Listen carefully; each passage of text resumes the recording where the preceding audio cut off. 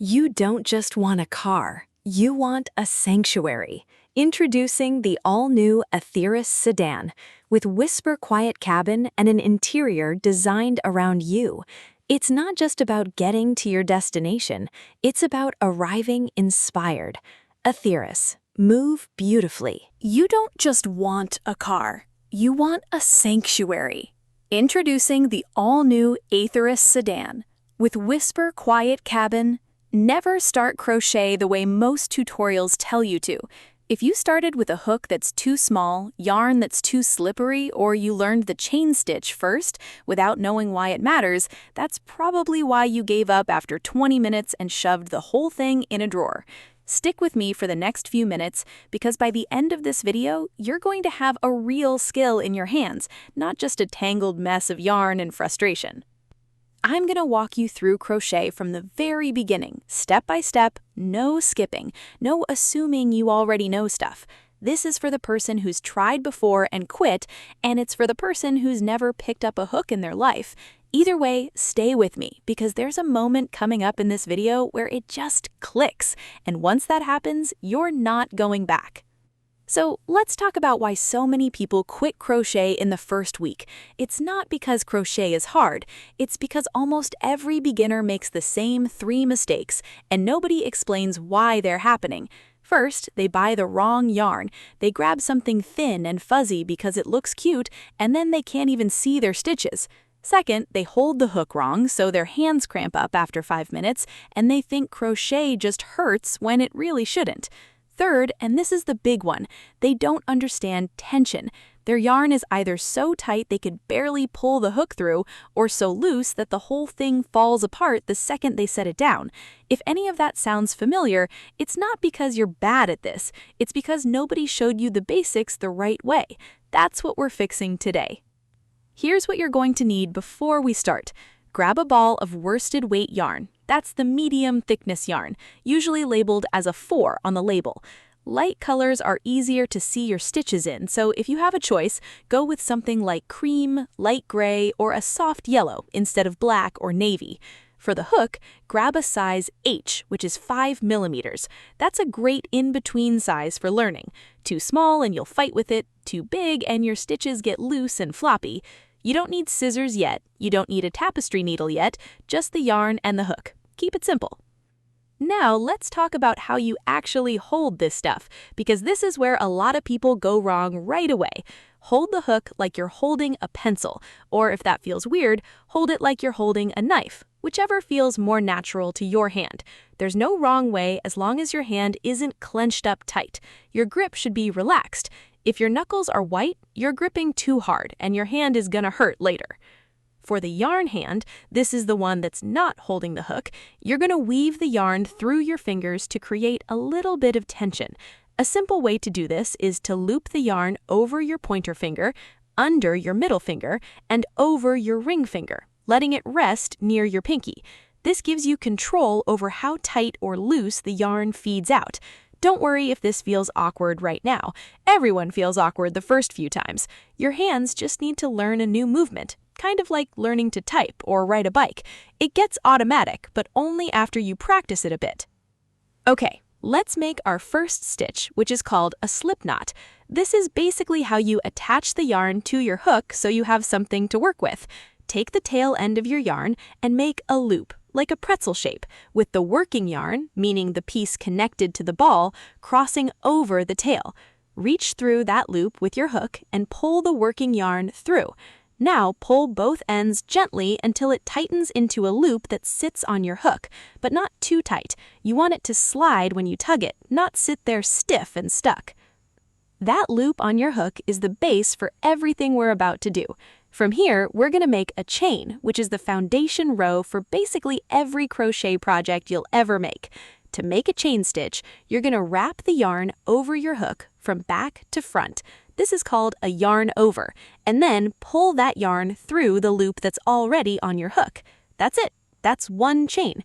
You just made your very first stitch. Now do it again. Yarn over, pull through, and again. Keep going until you have about 20 chains. As you're doing this, don't count out loud stitch by stitch and stress about it. Just get into a rhythm. Yarn over, pull through. Yarn over, pull through. Let your hands find the pattern. I want to point something out here because this is exactly where people usually get frustrated and think they're doing it wrong. Your chain might look uneven at first. Some stitches will be tight, some will be loose. That is completely normal for your very first row of stitches ever. It's not because you're bad at this, it's because your hands haven't learned the right amount of tension yet. That comes with time, not talent. So don't rip it out and start over 10 times trying to get it perfect. Just keep going. You don't just want a car, you want a sanctuary. Introducing the all-new Atheris sedan with Whisper Quiet Cabin. Never start crochet the way most tutorials tell you to. If you started with a hook that's too small, yarn that's too slippery, or you learned the chain stitch first without knowing why it matters, that's probably why you gave up after 20 minutes and shoved the whole thing in a drawer. Stick with me for the next few minutes because here's what you're going to need before we start. Grab a ball of worsted weight yarn. That's the medium thickness yarn, usually labeled as a 4 on the label. Light colors are easier to see your stitches in, so if you have a choice, go with something like cream, light gray, or a soft yellow instead of black or navy. For the hook, grab a size H, which is 5 millimeters. That's a great in-between size for learning. Too small and you'll fight with it, too big and your stitches get loose and floppy. You don't need scissors yet, you don't need a tapestry needle yet, just the yarn and the hook. Keep it simple. Now let's talk about how you actually hold this stuff, because this is where a lot of people go wrong right away. Hold the hook like you're holding a pencil, or if that feels weird, hold it like you're holding a knife, whichever feels more natural to your hand.